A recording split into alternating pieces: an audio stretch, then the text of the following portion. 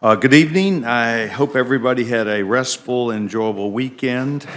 Today, the Rules Committee will consider H.R. 3662, the Iran Terror Finance Transparency Act, S.J.Res 22, providing for congressional disapproval of the rules submitted by the Corps of Engineers and EPA related to the definition of waters of the United States, and H.R. 1644, the STREAM Act. Since the unwise nuclear agreement was announced, Iran has twice tested ballistic missiles and continues to fund terrorist activities around the globe. Many of these are aimed at the United States and our allies.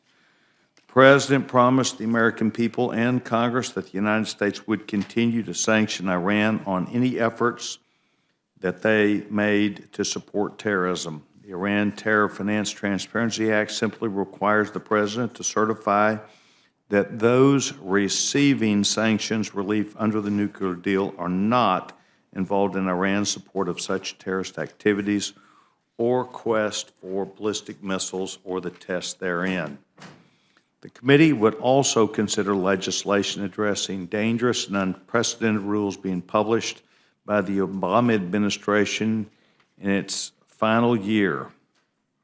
S.J.Res 22 provides for congressional disapproval of the Waters of the United States rule.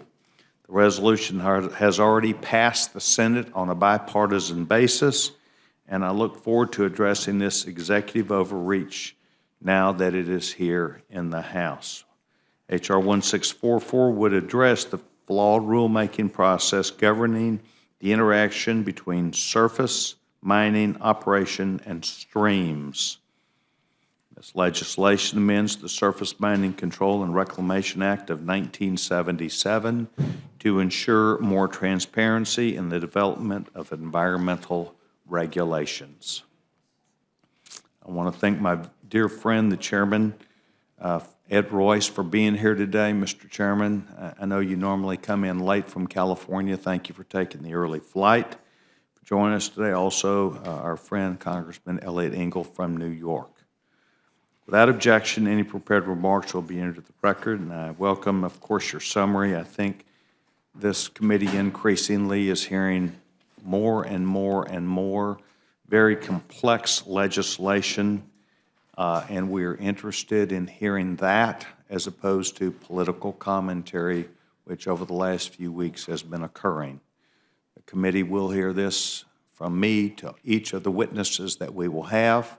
This committee is interested in getting to the facts of the case, hearing your professional opinion, those that you represent your committee, those you represent your party, and those you represent constituents back home, and that is what we're interested in doing. With that said, I'm delighted that you're here. Obviously, we have an awesome stenographer that's here today.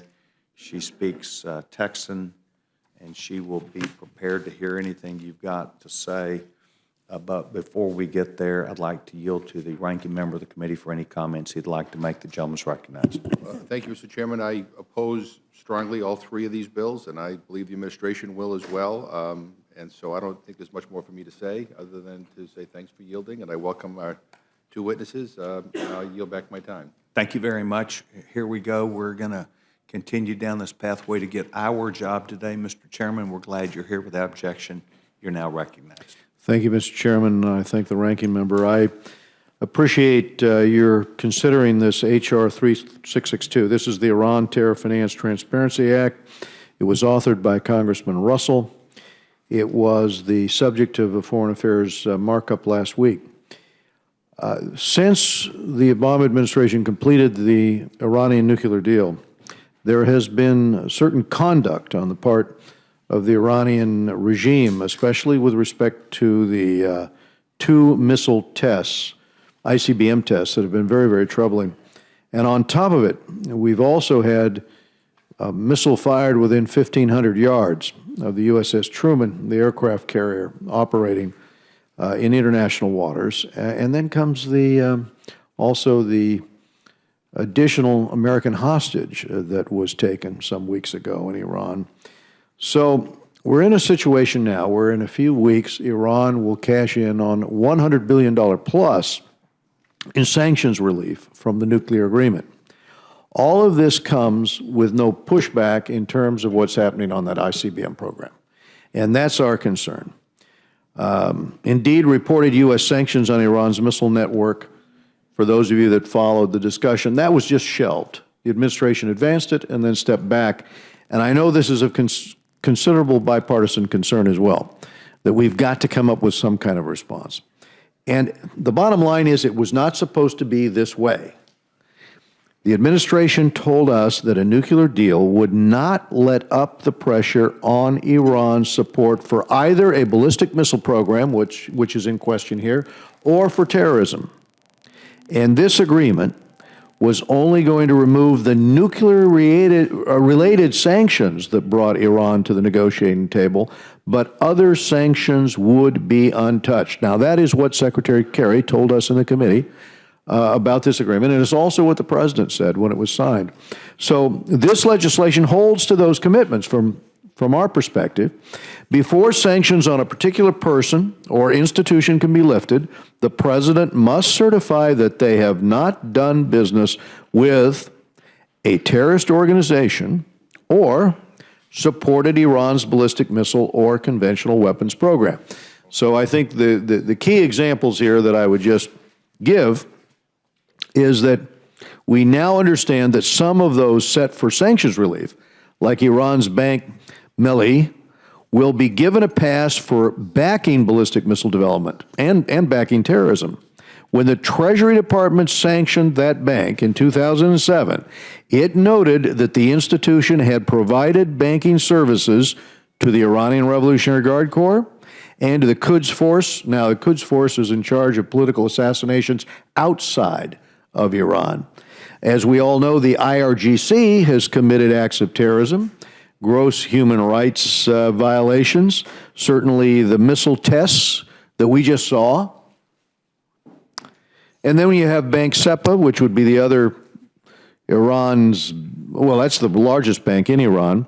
It's another prime winner of sanctions relief in the coming days. And when that bank was designated, now this was January of 2007, Treasury Undersecretary Stuart Levy noted that Bank SEPA is the financial linchpin of Iran's missile procurement network and has actively assisted Iran's pursuit of missiles capable of carrying weapons of mass destruction, in his words. So with Iran's ballistic missile program accelerating, the point here is why give this financial linchpin, as he would say, sanctions relief? That was not the intent of this original Iranian nuclear deal. So this legislation holds the administration to exactly what they said, from my perspective, prohibiting the administration from removing Iranian banks and institutions from U.S. sanctions lists until the President makes certifications to Congress. So the President may also not remove Iran's designation as a jurisdiction of primary money laundering concern unless the administration certifies to Congress that Iran is no longer engaged in support for terrorism, pursuit of weapons of mass destruction, and any illicit and deceptive financial activity. So clearly it's in Iran's court. They could end tomorrow support for terrorism. They could end tomorrow support for the ICBM program. And, you know, we can move forward. So, and lastly, it subjects revisions to Iran sanctions regulations to congressional review requirements, meaning that Congress can disapprove of specific administration actions. So, to sum up, to be clear again, those Iranian banks and individuals that have not and are not supporting terrorism or not supporting ICBMs, they can be delisted. That was the intent of the act. But not so for those threatening our national security. That is what this legislation does. It's the policy of the administration explained to the Foreign Affairs Committee, explained to Congress, explained to the American people. It's based upon that representation. So I appreciate your time and look forward to your questions. Mr. Chairman, thank you very much. Mr. Engel? Thank you very much, Mr. Chairman. Yes, sir. And Ranking Member, I'm glad for the opportunity. Sorry. Thank you, Mr. Chairman, Ranking Member. I'm glad for the opportunity to offer my views on consideration of this bill, which the Foreign Affairs Committee took up last week. In short, I don't believe this bill should come to the floor. It doesn't do what it claims to do because it isn't a bipartisan bill. We're capable on the Foreign Affairs Committee of crafting bipartisan legislation. The chairman and I have done this for the past 3 years. In the summer of 2013, we passed the strongest sanctions bill on Iran, which passed our committee unanimously and passed the floor 400-8. If we're serious about doing a bill like this, the only way we can do it is in a bipartisan fashion. The sponsor of the bill is not from the Foreign Affairs Committee. There are very few members on the Foreign Affairs Committee on the bill. There are no Democrats on the bill, and there was no input from the Democrats in terms of drafting the bill. So I really think we could do much better. Everyone knows what I think about Iran. I vote and view Iran for what it is, the world's largest state sponsor of terrorism and a destabilizing force across the Middle East. I voted against the Iran deal. I thought we made a mistake allowing Iran to continue its enrichment program during negotiations. So when Congress had a chance to vote on the deal, I voted against it. I opposed it. But I was on the losing side of that debate, and now the deal was in place. Does it mean I suddenly trust Iran? Of course not. But it does mean that we now have the responsibility to hold Iran to its word, to ensure that the deal is being enforced to the letter, and crack down on Iran's other damaging behavior. That's what we should do in a bipartisan bill. We should craft it by members of our committee, both Republicans and Democrats. We should be concentrating on holding Iran's feet to the fire on its obligations under the JCPOA and concentrate on helping our ally Israel with a new memorandum of understanding and other things as well. I think such a bill would be worthy of coming to the floor and voting on it. This bill doesn't address any of the challenges. It would make it impossible for the United States to meet its obligations under the JCPOA. It would require to certify.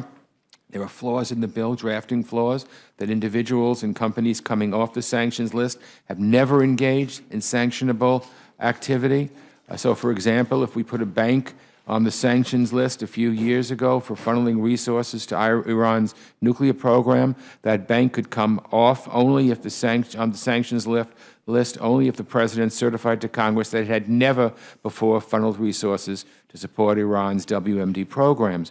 By definition, that would be impossible. So, simply put, the bill doesn't make sense. Again, I think that we should come back with a bill.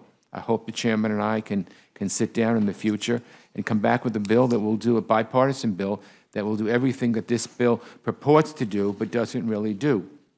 We have now voted 62 times on repealing the Affordable Health Care Act.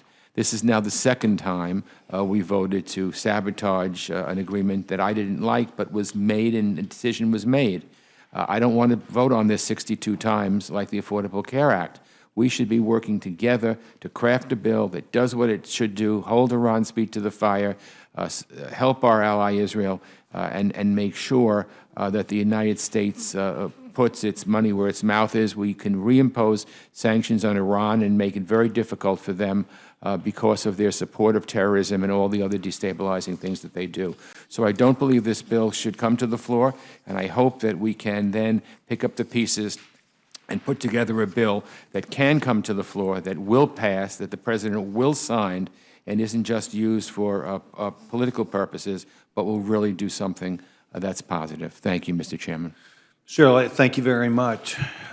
Thank you very much. Mr. Elliott, Mr. Steve Russell, a brand-new member from Oklahoma, is a pretty smart, savvy man, a man who has a career not only protecting this country from the United States military, but I think he knows how to read. Is it true that since the agreement was signed or announced, that Iran has twice tested ballistic missiles violating the UN Security Council resolution? That is true. That is a true statement. Yes, sir. Well, I was led to believe when I talked to Mr. Russell, when he did the hard work of talking to members, that he said, you know what, they have now violated a UN resolution. And I thought back in looking at what the President had told us, that the President committed to Congress and the American people that our sanctions on Iran for its support of terrorism, its human rights abuses, and its ballistic missile program will continue to be fully enforced. how are we fully enforcing it if we're not trying to give the president the tools he'd need to really enforce and to do those things? Well, I think And why is this partisan? Why is this without merit? Well, it would seem to me it's not without merit in terms of the way Iran has behaved. It is, I believe, I wouldn't say without merit, but I would say it's not the way to do things if we're trying to send a strong bipartisan message and let Iran know that we mean business. I believe What is that message, I believe then? well, I think that we should, as I've said before, we should come up with ways of slapping sanctions back on them. What are those, Mr. Elliott?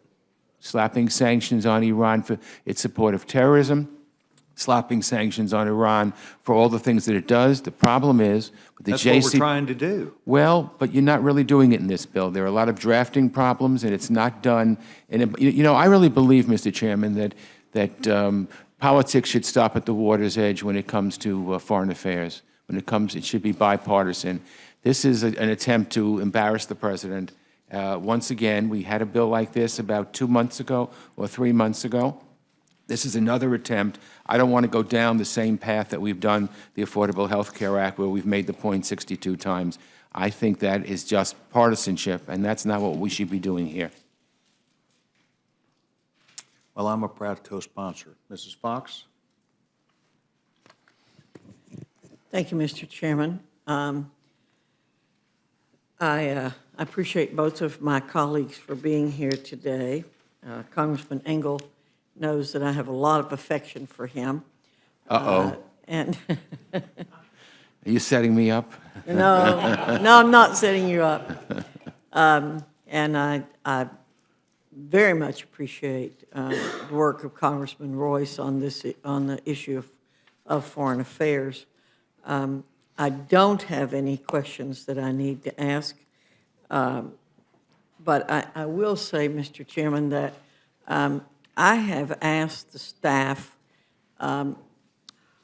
in the spirit of our trying to work together in a bipartisan way, to keep track of my time here and my questioning. I'm hoping to set a good example for the members. There will be times that I'm going to ask questions and opine on some of the issues, but today is not one of those. So thank you very much, Mr. Chairman, and I thank our colleagues for being here and their good work. Mrs. Slaughter? Thank you, Mr. Chairman. I'm a co-conspirator with Congresswoman Fox, and I promise to follow her lead on days when we can, and so I shall do that again today. Thank you for being here. Gentlewoman yields back the time. Chairman Cole?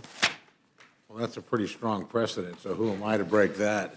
Other than just to say, Get used to it. I welcome my two friends. They're two of the best members we have, and they're often here in a bipartisan manner, and I hope things work out where they can do that again. But I've been talked to very sternly by Ms. Fox. I'm always on the same floor with Ms. Slaughter, so I know enough to be intimidated by her. And we have a national championship game tonight, which So let's get I would out of like to here. get home to see. So with that, I yield back my time. Gentleman yields back his time. The gentleman from Massachusetts.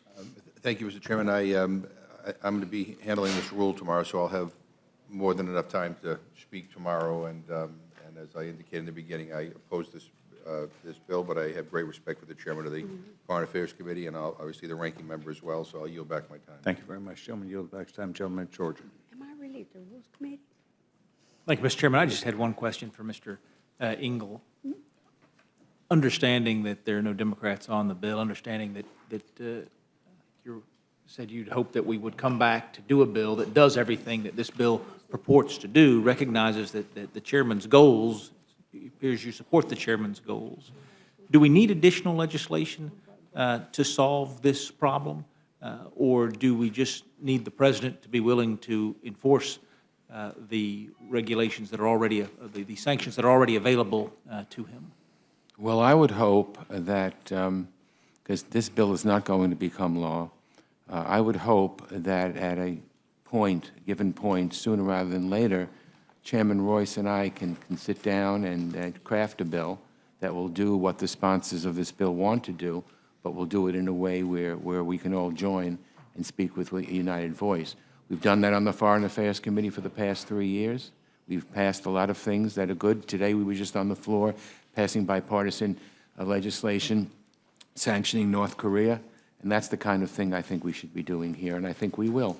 Well, just to ask the same question in a different way, I would have, not to put words in the chairman's mouth, but I would have said there's a lot of frustration in this bill that the president is not, as the chairman alluded to in his opening statement, doing what America expected the president to do. My question as a legislator is it because we have not given him the proper tools, or are we just passing legislation to motivate him to do what he could have done anyway?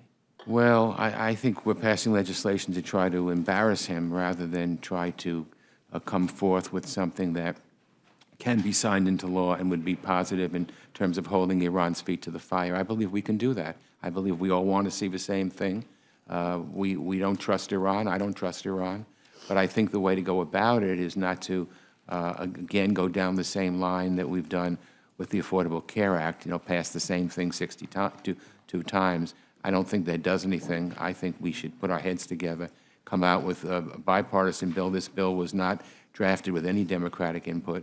I don't question anybody's motives. I'm sure people who are doing this think they're doing the right thing, but I respectfully disagree. I think, particularly with foreign affairs, we're always better off doing this in a bipartisan fashion. And I don't want to put any words in the chairman's mouth, but I know him well enough to know how he thinks, and we both think that when we're doing our best work, when we do it in foreign affairs in a bipartisan way.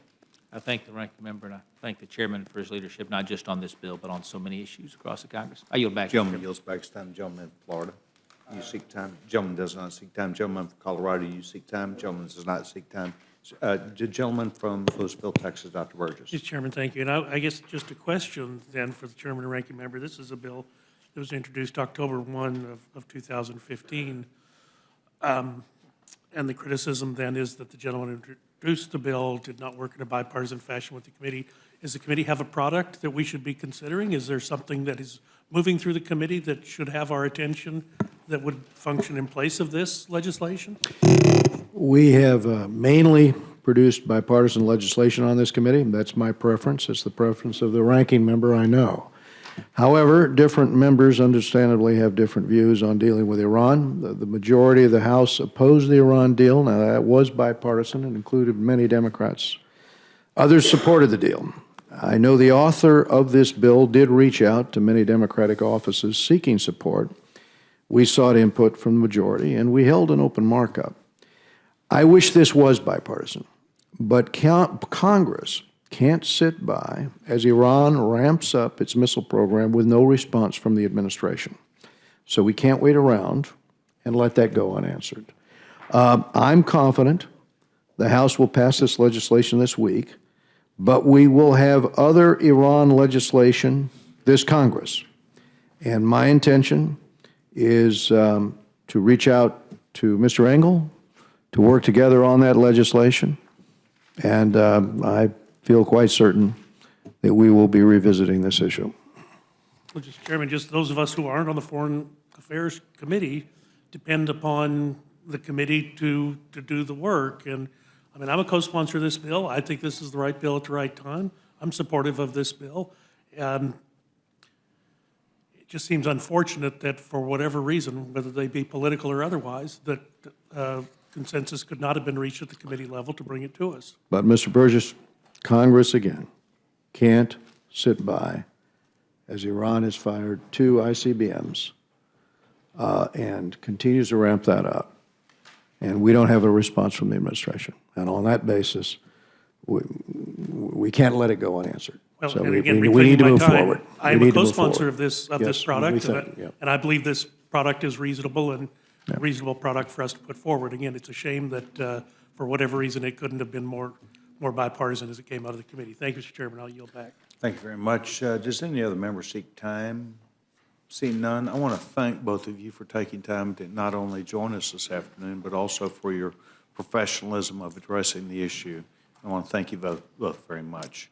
Thank you, Mr. Chairman. Yes, sir. Thank you, If Chairman. you'll please make sure you leave something for our stenographer. She appreciates that very, very much. I'd like to, as a request from the gentleman, who is the author of the bill, will you guys feel free to go on? And Steve, if you'd like to come up and take a few minutes and address the committee, I would have you do that at this time. The gentleman from Oklahoma is recognized.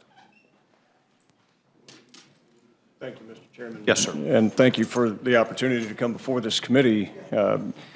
This is not something that is in knee-jerk reaction to latest current events. I've been working very hard on this bill since July 18th. This is something that has had a lot of deliberation. I have reached out to many. I reached out to Democratic leadership to include Mr. Hoyer in August. Mr. Engel, I not only went line by line through this bill with him, I provided him a copy of this in late October. It was filed in October, and I reached out to many members of the Democratic conference. I think it's unfortunate that we're now turning this into something that is partisan when the intent all along has been to try to avoid that. And a little bit of explanation on the Foreign Affairs Committee and why it didn't bring it forth. I'm not on the Foreign Affairs Committee. I have fought as a soldier on 3 continents. I do understand the ways of the world a little bit. I've traveled to 12 countries in the last year on 4 continents as a part of my duties here in Congress. And so it's not without deliberation. What this bill simply does is it says that if they're currently on a terrorist list or a human rights list, then they can't be removed without justification. That is the basis of the bill. And the criteria that we used for the bill was the same as those that would be lifted off of a list on its own merit. So if you were a member, say you were General Salami or Soleimani, either one of those individuals, and you were going to have sanctions lifted off of either human rights or terror, you would have to meet certain criteria to come off. What we did when we crafted this was to say that it was the exact same standard that the president then would have to show, okay, we believe these individuals should come off, so now here's the justification for their removal, and then Congress would say, yes, that makes perfect sense. This notion that somehow once they're on the list they can never come off, that's just not even implied in the bill. It says the president reports, he lays out the justification why they need to come off the bill or come off the list, and then that approval is granted by the powers of Congress, which we as this august body enjoy. And so I would like for folks to understand that context. And now here we are at a critical time on an issue that we actually agree on. Many of us agree on this issue, but because the president signaled that he had concerns about the bill, from that point on, it suddenly became not interested in discussing it anymore. And then we have charges leveled back and forth about partisanship. Well, we all ought to probably look ourselves in the mirror and say that we're all at fault for that partisanship. This is not a partisan bill. This is about the national security of the United States.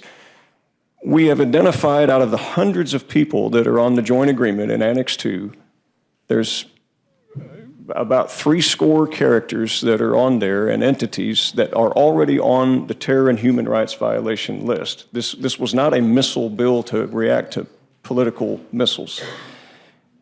And all we're saying is that because they're already on those lists, the president clearly stated in May of last year that Iran is a terrorist state, that this will not affect those lists of both the terrorist list and human rights list, and that those procedures will remain. That caused me to look at the sanctions list and go, okay, but there's a handful of individuals that are on those lists. Why are we giving them sanctions relief? That's what this bill addresses. Now, some people see that as a great danger. I see it as a danger not only to our policies, but also the security of the United States if we arbitrarily ignore what the justification was to bring them off. And so I really ask my colleagues on both sides of the aisle to give this a fair look. We did reach out. I did sit down with Mr. Engel, Mr. Deutsch, Mr. Israel, many of the others that voted against the Iran sanctions relief. I talked personally to Mr. Hoyer on this bill. So I made every attempt and was willing to work any concession, but because even with the House leadership changes that we had to take a step back, and I said, let's take it through regular order.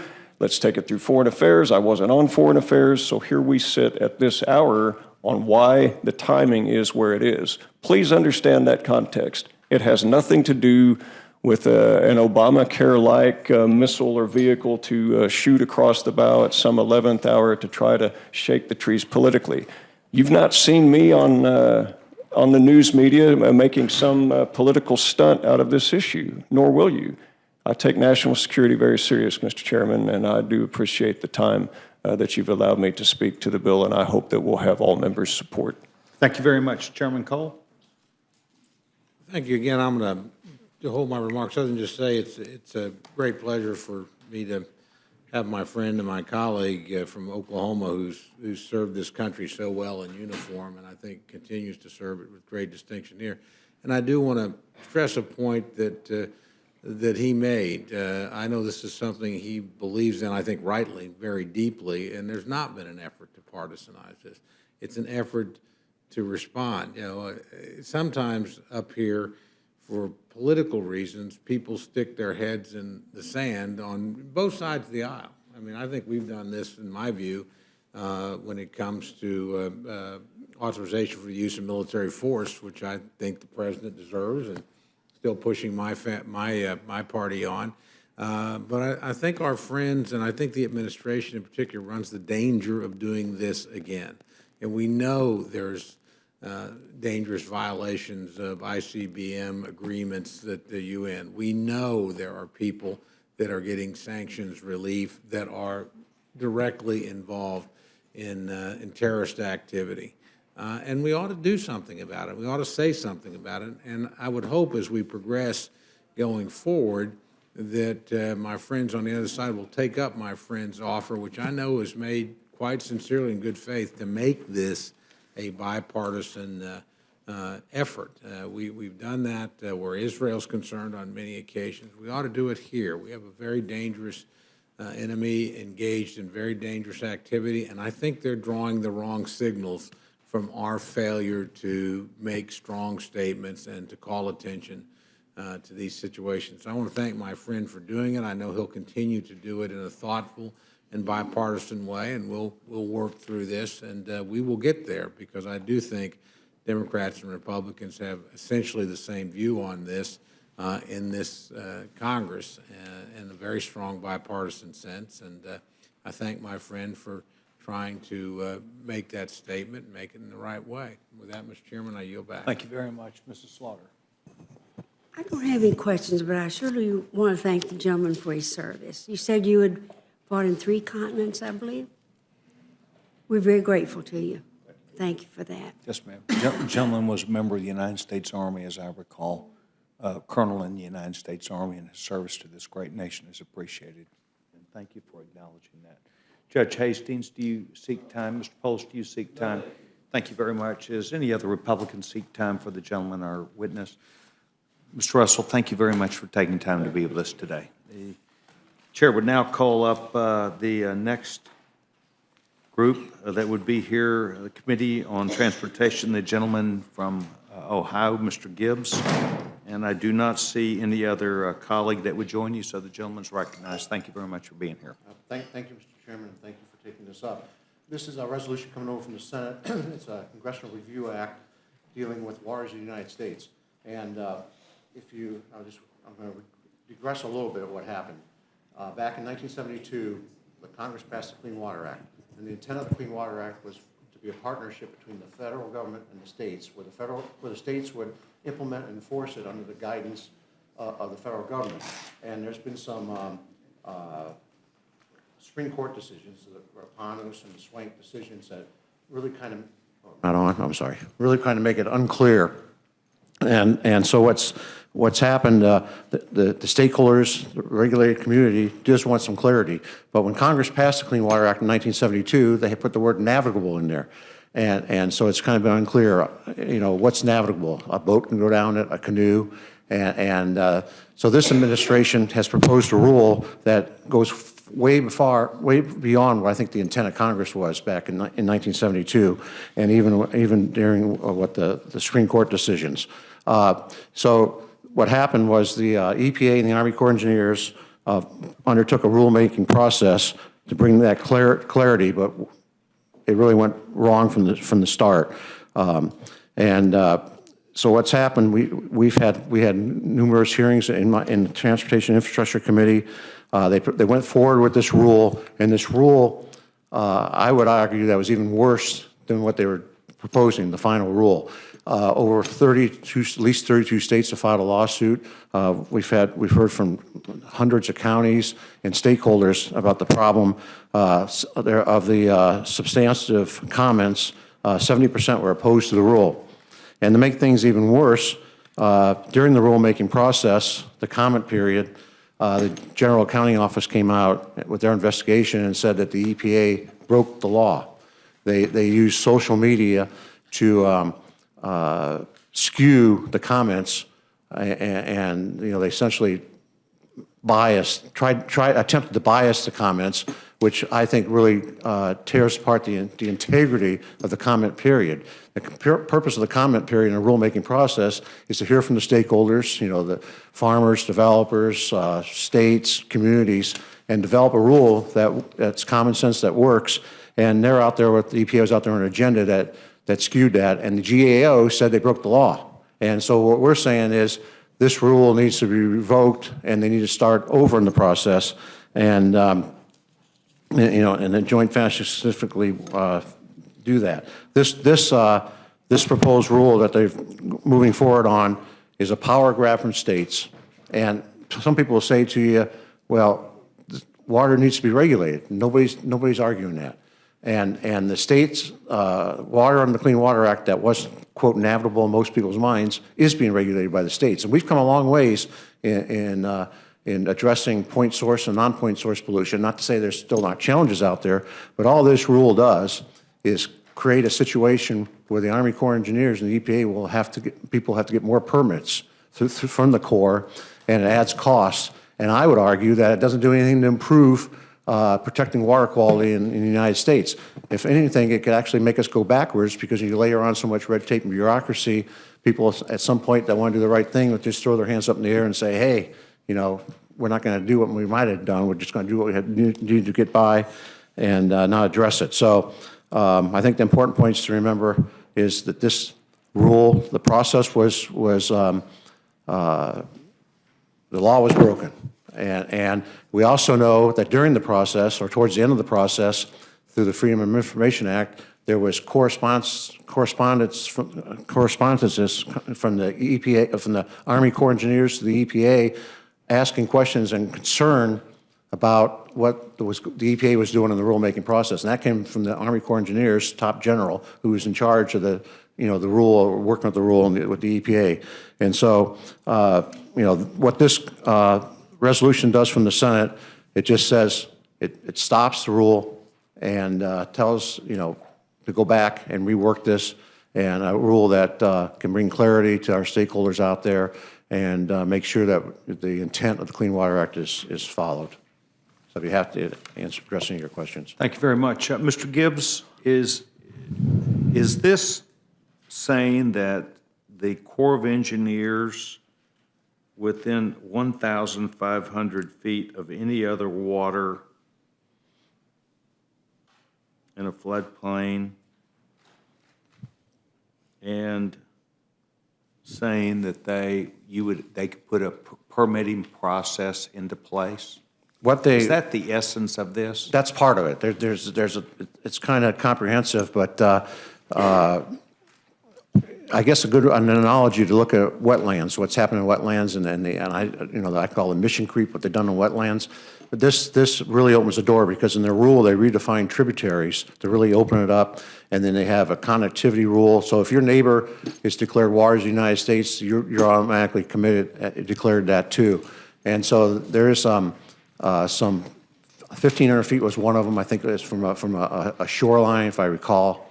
So it does open it up. This rule greatly expands waters under the federal jurisdiction, and I would argue that it doesn't do anything to help protect the environment or water quality. We could actually go backwards. So, we had lots of hearings, and one that was when I specifically asked the administrator of the EPA about ditches. A lot of it was concerned about road ditches. If road ditches, county, township road ditches would be part of ORDIS, and they said no. But in the final rule, they had about 5 exceptions, and one of the exceptions that I remember was water in a ditch that flows into a tributary. And remember, they expand the definition of a tributary.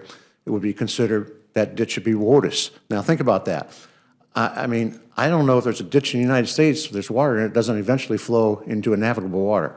So this greatly expands it, and that's why we saw at least 32 states file lawsuits, because there's a power grab from them, and a one-size-fits-all policy coming out of Washington, D.C. is not going to solve this issue or address the problem adequately. So like I said, we've made a lot of progress since 1972, and we need to build on that. And the stakeholder community wants to build on that, but this rule doesn't do that, and that's why we need to rescind this rule. Yes, sir. Chairman Cole? I just want to thank the gentleman for his efforts. I sat on appropriations where we tried to defund and did through the committee level, and certainly would have across the floor of the House. We lost that one in negotiation. That's right. I say that with no criticism, but I think this is an extremely important and very bipartisan effort. There are many Democrats that have concern. This is one of the most egregious overreaches in federal authority that I've ever seen. Thank goodness the courts have intervened at this point. Which I think certainly shows this is not just a partisan concern, but it's very substantive. So I just want to commend my friend for his efforts. Certainly will be supporting him on the floor, and look forward to continuing this fight until we win it. With that, yield back, Mr. Chairman. Thank you very much, Chairman. Yields back to time the gentleman from New York. Thank you, Mr. Chairman. Thank you, Mr. Gibbs. I've been so consumed with the problems in Flint, Michigan, and West Virginia, where the drinking water in the rivers is so awful. The damage is going to be profound.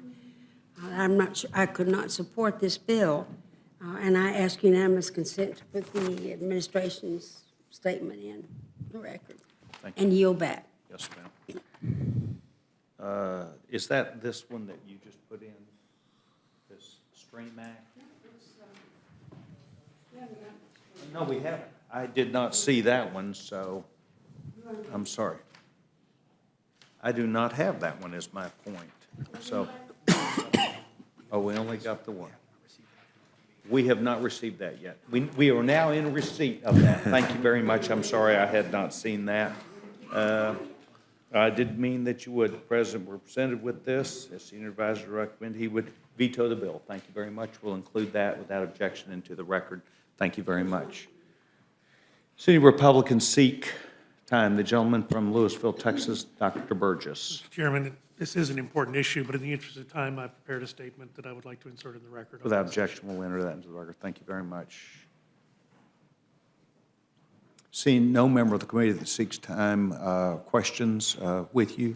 Mr. Gibbs, thank you very much. We appreciate you being here. Okay, thank you.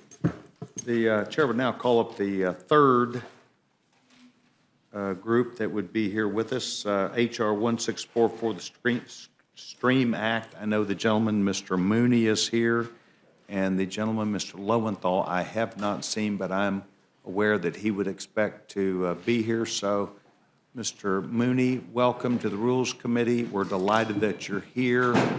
We know that you've got something in writing that you're going to make sure the stenographer gets. If Mr.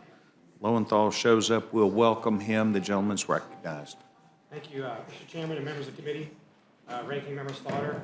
I'd like to thank you for the opportunity to discuss H.R. 1644, the Supporting Transparent Regulatory and Environmental Actions in Mining Act, or the STREAM Act for short.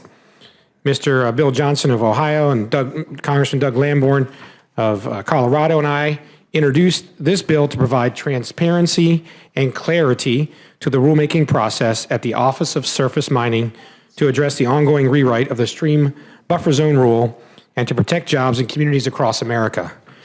I would like the committee to consider a structured rule and to accept Congressman Lamborn's amendment, which includes a small technical change and clarifies that copyrighted material is protected. The STREAM Act modifies 3 sections of the Surface Mining Control and Reclamation Act of 1977. First, the Act ensures scientific transparency in any rulemaking process initiated by the Office of Surface Mining under the Surface Mining Control and Reclamation Act by requiring the agency to publish any scientific products the agency relied on in developing a rule. This requirement is necessary to address the non-transparent, secretive scientific studies the Office of Surface Mining based its rules on. The second key section of the Act directs the Secretary of the Interior to study the 1983 Stream Buffer Zone Rule and its effectiveness in protecting streams. The legislation prohibits the administration from issuing any proposed or final rule relating to stream buffer zones until 1 year after the final report is issued. Finally, the Stream Act clarifies the extent of the Office of Surface Mining's rulemaking authority. One of the major concerns regarding the rewrite of the Stream Buffer Zone Rule is that the Office of Surface Mining is seeking to expand its authority beyond the law. I ask consent to submit the balance of my written statement for the record of this committee, and I thank you again for considering this legislation. Sir, thank you very much. We appreciate that. Mr. Lowenthal, welcome to the Rules Committee. We're delighted that you're here. We have already begun the hearing, and we know that you hustled over here as quickly as you were aware that you'd be available. Please note without objection, anything you brought to enter the record, if you'll please make sure the stenographer has that. The gentleman's now recognized. Thank you, Chairman Sessions, and Ranking Member Slaughter, and Mr. Govern, Hastings, Cole, Woodall, Burgess. Mr. So many of your very dear and close friends. All my close friends. Yes, sir. All my close friends. Thank you for allowing me to testify regarding the rule considerations on H.R. 1644, the supporting transparent regulatory and environmental actions in Mining Act, also known as the Stream Act. I think this bill is somewhat misguided. It's just another attempt, I think, to block the administration from implementing long overdue protections for people, for communities, and the environment from mountaintop removal coal mining. Mountaintop removal coal mining is a destructive process which reshapes landscapes, rivers, communities. It flattens mountains. It destroys wildlife habitat. It pollutes streams. It's been linked to serious health impacts in people living in communities nearby. So we know that the existing rules, if this is are not working to protect our communities. We know about the thousands of miles of rivers that have been buried. We know about the scars on the landscapes. We know about the higher incidence of cancer, heart disease, hypertension, and other diseases in nearby communities. We also know that the administration has taken a long time to develop their recent proposed rule, probably much too long, in my opinion. But in part, the delay was due to the investigations that had been taking place in the House Natural Resources Committee by the majority, which involved numerous hearings, countless document requests, several subpoenas, and at the end found no evidence of wrongdoing in the development of the rule. In July of last year, at long last, the administration's proposed stream protection rule was finally published. But since that time, our committee has held no hearings on the rule. In fact, the only hearing that we held, or the hearing that we held, which would block the administration's rule from being finalized, was held in May, 2 months before it came out, before we actually saw the draft proposal. Since then, as I pointed out, there's been no committee action on the rule, no testimony to find out what it does and doesn't do. We have not really looked at any of the kind of potential health impacts of delaying the proposed rule. Instead, there was an attempt to block the administration's doing the rule through a policy rider in the appropriations bill. But that was not successful. It was removed. And now we're having the discussion that we're having today. That's really how we got here. And for years, the majority has argued that it's taken too long for the rule to be released. Yet now that the wait is over, we're moving forward on a bill that's going to delay the rule at least 3 years without us learning anything about it, really, about that. I think the issues are much too important to wait that long. I personally have, because of that, have offered an amendment, which I think is reasonable at this time, that allows the rule to to take effect, the proposed rule, if the National Academy of Sciences finds that, now here's the critical word, existing peer-reviewed literature shows that new protections from mountaintop removal coal mining would reduce the incidence of lung disease, heart disease, kidney disease, or birth defects. I offered at the time of the markup a similar amendment, and at that time it was also for the final determination whether to have the study and then to have the Secretary of the Interior make that determination. Many of my colleagues were skeptical on the other side of the aisle. Why should the administration be making the rule? And now we're going to hand the determination of whether in the hands of the National Academies. They were very to allow the Secretary of the Interior to make a decision about whether we should move the bill forward, or whether we should allow for the administration's proposal to move forward. I think by having the National Academy look at existing and saying, hey, if we need new protections to move forward with the proposed rules.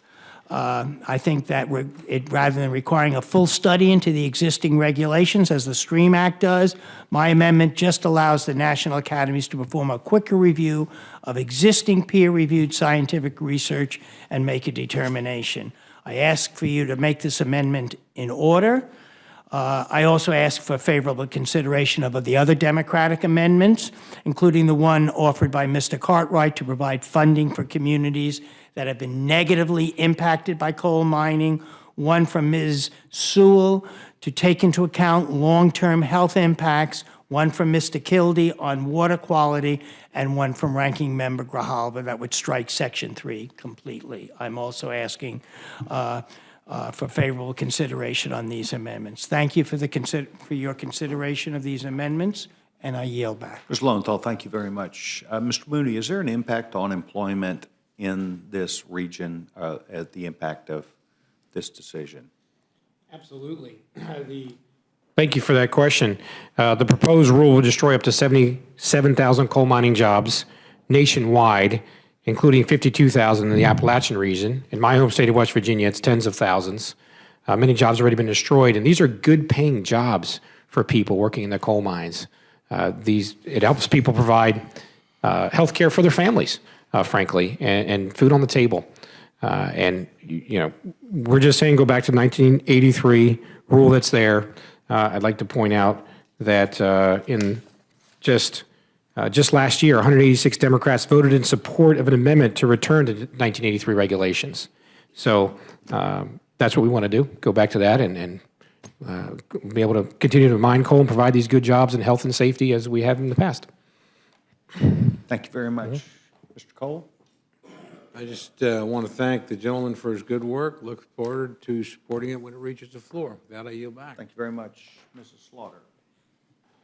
Well, I appreciate coming from West Virginia. I was born a neighbor over there. I've fought mountaintop removal most of my life.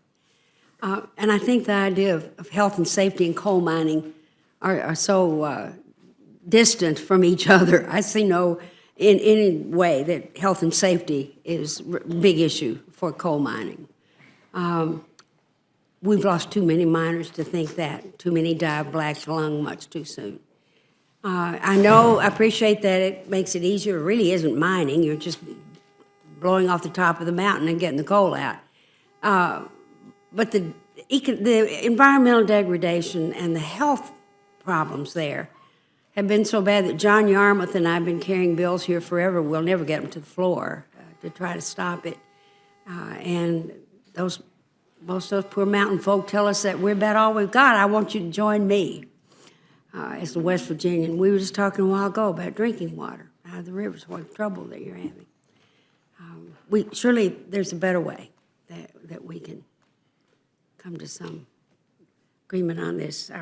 It's just very personal with me. I live it. Thank you, Mr. Chair. Yes, Yield ma'am. back. Is there any other member of the Democrat.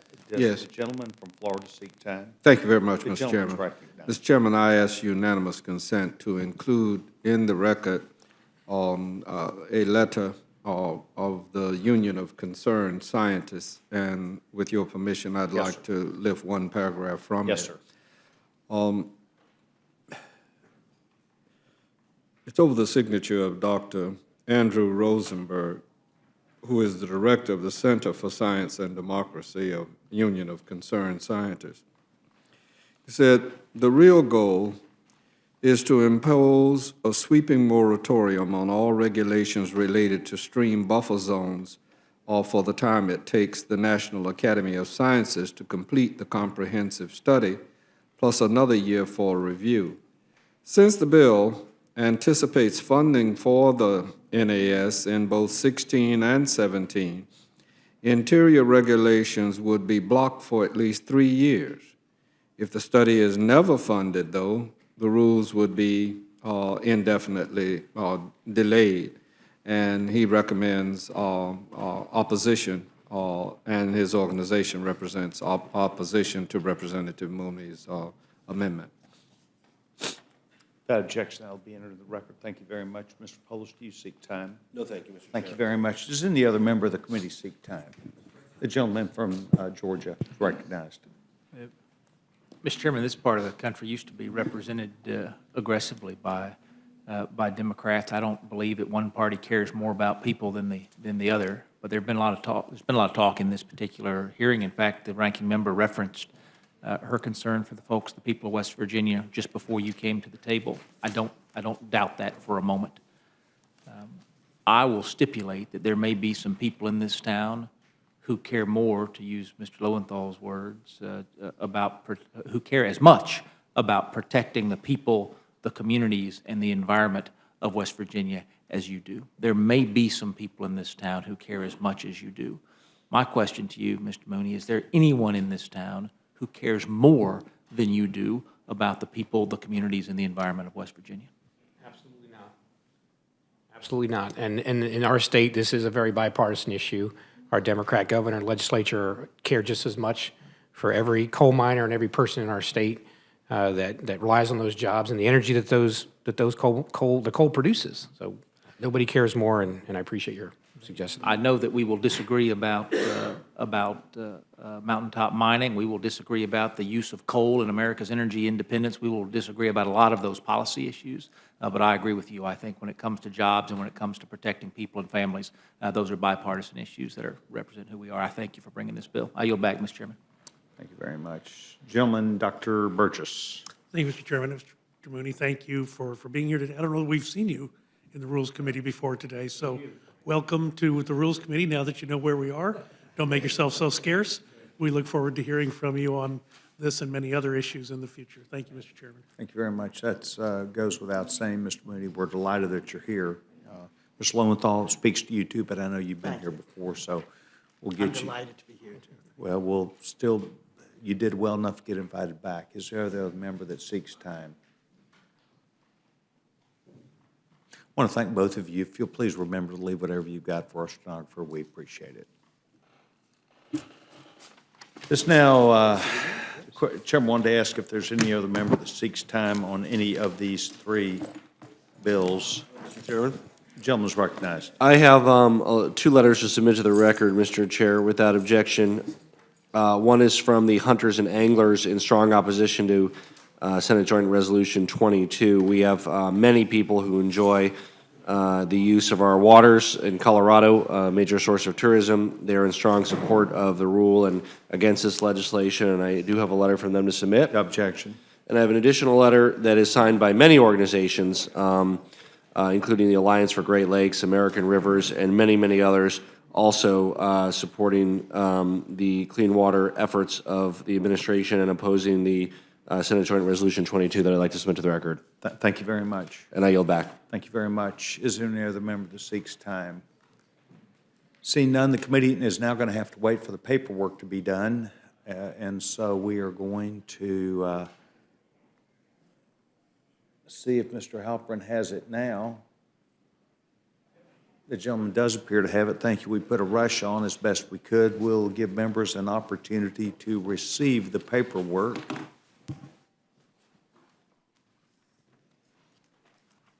Mr. Chairman, could I ask for a point of personal privilege?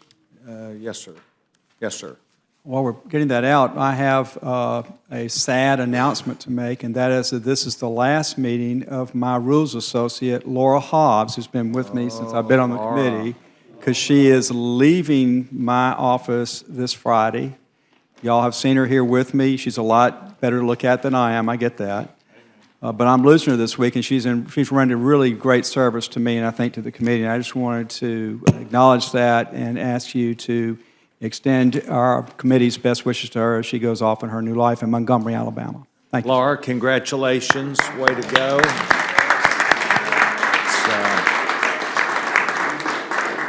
Laura had advised me last week that she would be doing this, and we wish her the very best. I hope she remembers her time here favorably. And wherever she goes, I assume it's Roll Tide. I'm sorry, Roll Tide.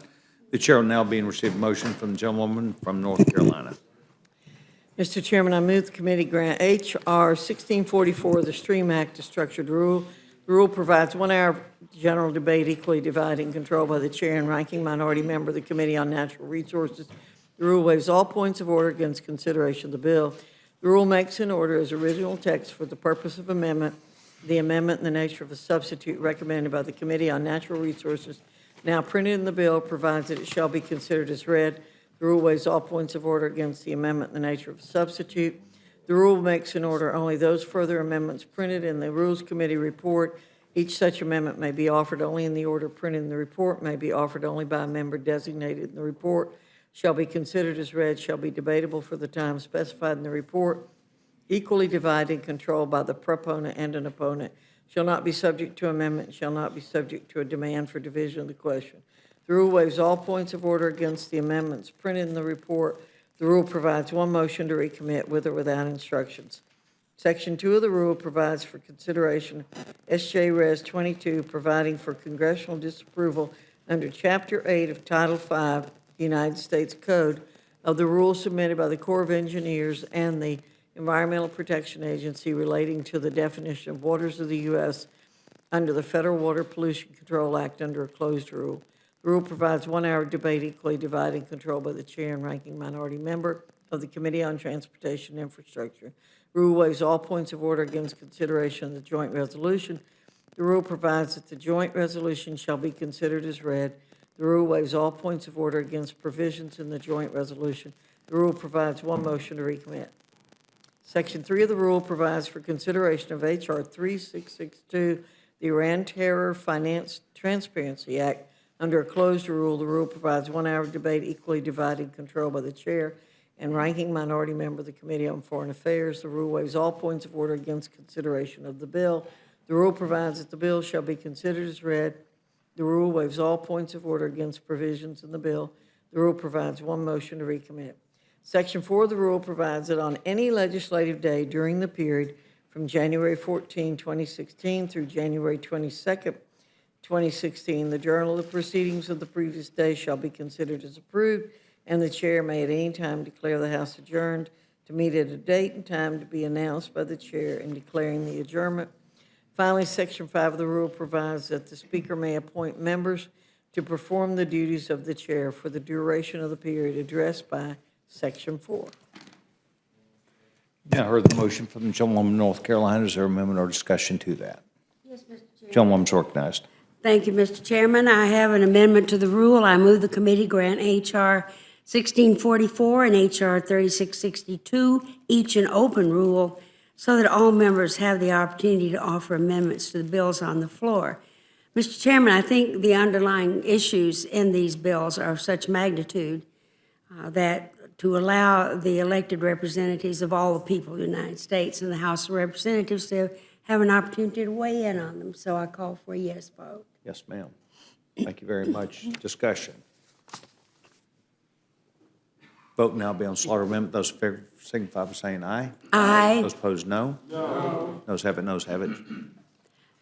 Roll call, The please. gentlewoman asked for a roll call vote. Ms. Fox? No. Ms. Fox? No. Mr. Cole? No. Mr. Cole, no. Mr. Woodall? Mr. Woodall, no. Mr. Burgess?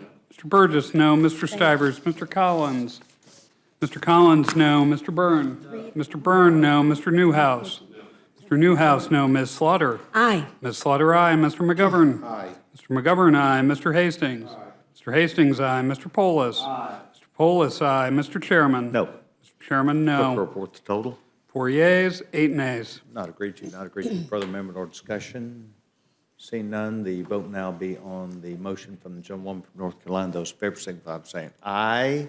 Those, aye. Those in favor of the motion from the gentlewoman from North Carolina signify by saying aye. Aye. Those opposed to the motion from the gentlewoman from North Carolina, no. No. And Thank we'd you like a very roll much.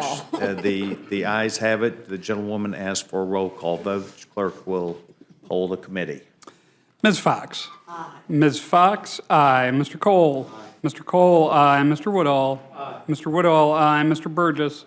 Mr. Burgess, aye. Mr. Stivers? Mr. Collins? Mr. Collins, aye. Mr. Byrne? Aye. Mr. Byrne, aye. Mr. Newhouse?